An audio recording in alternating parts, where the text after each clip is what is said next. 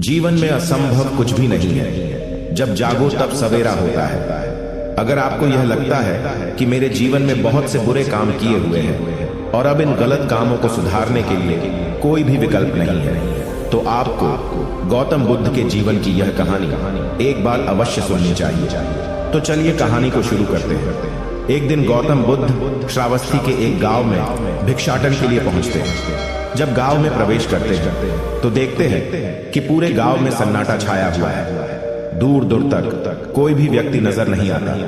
बुद्ध उस गांव के पहले द्वार पर जाते हैं और कहते हैं कि भिक्षाम दे, परंतु भीतर से बाहर कोई नहीं आता।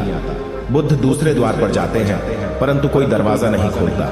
तीसरे द्वार पर जाते हैं, परंतु उस द्वार से भी कोई व्यक्ति बाहर नहीं आता। फिर अचानक से एक दरवाजा खुलता है, जिसमें से एक व्यक्ति बाहर निकलता है। वो जल्दी से बुद्ध का हाथ पकड़ता है और उन्हें अपने घर में ले जाता है और कहता है कि क्षमा करें बुद्ध, परंतु इस समय आप बाहर नहीं जा सकते। उंगली माल को श्रावस्ती की सीमा पर देखा गया है। सभी गांव वाले डर के मारे अपने अपने घरों की खिड़कियां और दरवाजे बंद करके बैठे हुए हैं। बुद्ध उस व्यक्ति से पूछते हैं कि कौन है ये उंगली माल और उससे इतना भय क्यों है। वह व्यक्ति कहता है कि उंगली माल एक राक्षस है। उसे जो भी मनुष्य मिलता है, बच्चा, वृद्ध, स्त्री, पुरुष, यहाँ तक कि सन्यासी भी, वो किसी को भी नहीं छोड़ता। बुद्ध उनसे पूछते हैं कि वो धन के लालच में ये सब करता है क्या। वो व्यक्ति कहता है कि नहीं, उसे धन का कोई लालच नहीं है। वो जब भी किसी आदमी को मारता है तो उसकी उंगली काट कर अपने गले की माला बनाता है, इसीलिए उसका नाम उंगली माल पड़ गया है। और यह भी सुना है कि जब उसके गले की माला में 100 उंगलियां पूरी हो जाएगी तो उसकी विनाशक शक्तियां और भी ज्यादा बढ़ जाएगी। बुद्ध कहते हैं, आभार हो आपका जो आपने मुझे उसके बारे में बताया। फिर वो व्यक्ति बुद्ध से कहता है कि कृपा कर आप बाहर न जाइए, क्योंकि वो आप पर भी वार कर सकता है। बुद्ध कहते हैं, भय से अपनी राह छोड़। ऐसा मैंने कभी नहीं किया। मुझे भिक्षा मांगता देख जन जन के हृदय में उंगली माल का भय कम होगा। फिर वो व्यक्ति कहता है, नहीं बुद्ध, आप मत जाइए, वो बहुत ही ज्यादा खतरनाक है।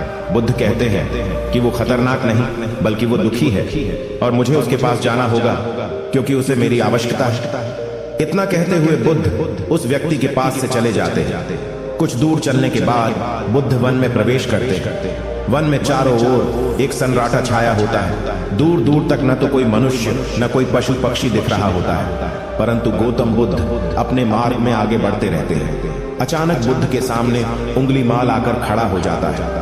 उसका रुख इतना डरावना है कि कोई भी व्यक्ति उसे देखकर ही भयभीत हो जाए। उसके गले में उंगलियों की माला होती है। चेहरा और हाथ रक्त से सने होते हैं और शरीर बलशाली होता है। उसका रूप इतना भयानक होता है कि किसी भी साधारण व्यक्ति के प्राण तो उसे देखते ही निकल जाए, परंतु बुद्ध पर उंगली माल के डरावने रूप का कोई असर नहीं होता है। बुद्ध कुछ क्षण तक शांत मुस्कुराहट के साथ उंगली माल की तरफ देखते हैं, फिर उसकी बगल से निकलकर अपने मार्ग में आगे बढ़ जाते हैं।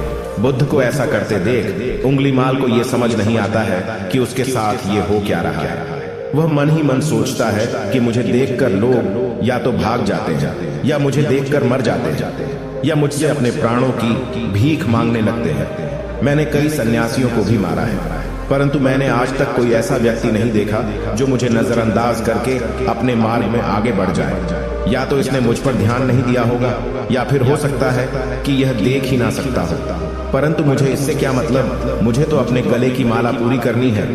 उंगली माल बुद्ध को आवाज लगाता है, ए साधु रुक। फिर भी गौतम बुद्ध उंगली माल को नजरअंदाज करते हैं और अपने मार्ग में आगे बढ़ते रहते हैं। उंगली माल बहुत ज्यादा क्रोध में बुद्ध को आवाज लगाता है, ए साधु रुक। फिर भी गौतम बुद्ध उंगली माल को नजरअंदाज करते हैं और अपने मार्ग में आगे बढ़ते हैं। उंगली माल तीसरी बार ज्यादा क्रोध में होकर आवाज लगाता है, ए साधु रुक।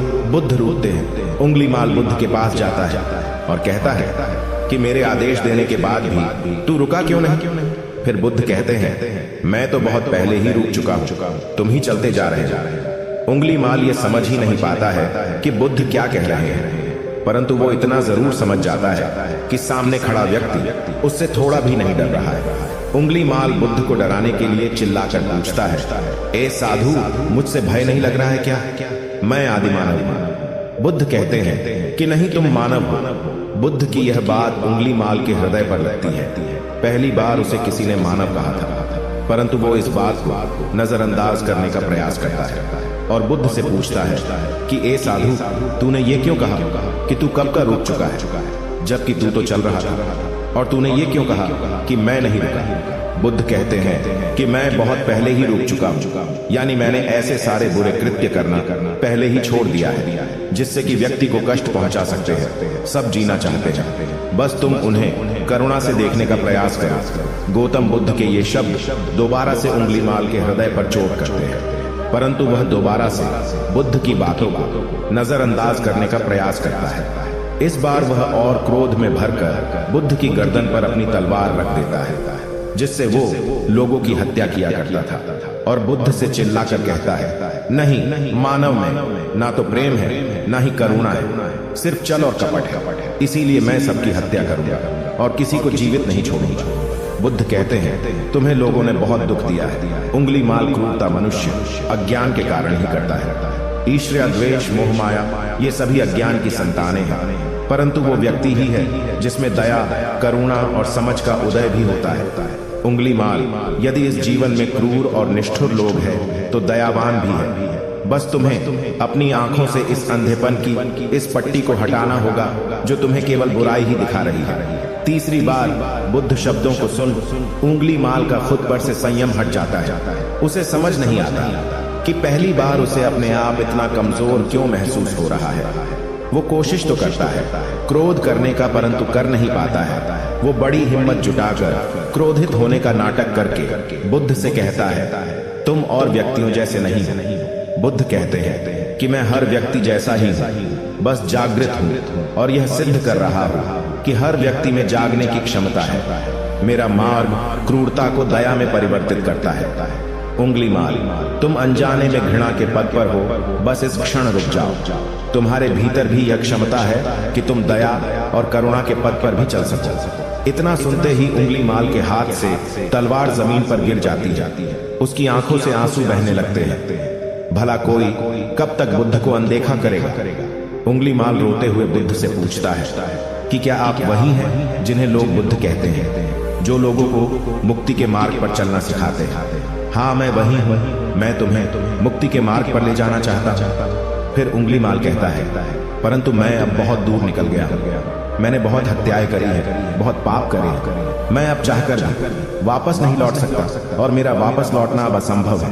बुद्ध कहते हैं कि असंभव कुछ नहीं है। जब जागो तब सवेरा होता है। उंगली माल कहता है, मैं अब पुनः जीवन की ओर नहीं मोड़ सकता, बहुत देर हो चुकी है। बुद्ध कहते हैं, तुम में इतनी चेतना कि तुम जानते हो कि जो तुमने अब तक किया है वह बुरा था। इसका अर्थ यह है कि तुम जानते हो कि क्या अच्छा है और क्या बुरा है। उंगली माल, जिस दिन से तुमने अच्छा कार्य करना शुरू कर दिया, उस दिन से तुम्हारा एक नया जीवन शुरू हो जाएगा।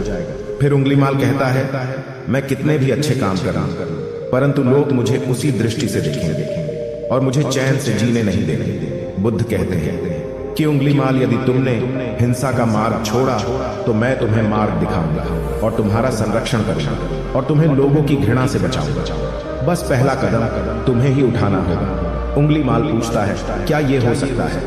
बुद्ध कहते हैं, अवश्य हो सकता है। उंगली माल रोते हुए बुद्ध के चरणों में गिर पड़ता है और कहता है कि मैं आपको वचन देता हूं कि मैं सारे बुरे कृत्य करना छोड़कर और आपके पीछे करुणा के पथ पर चलना सीखूंगा।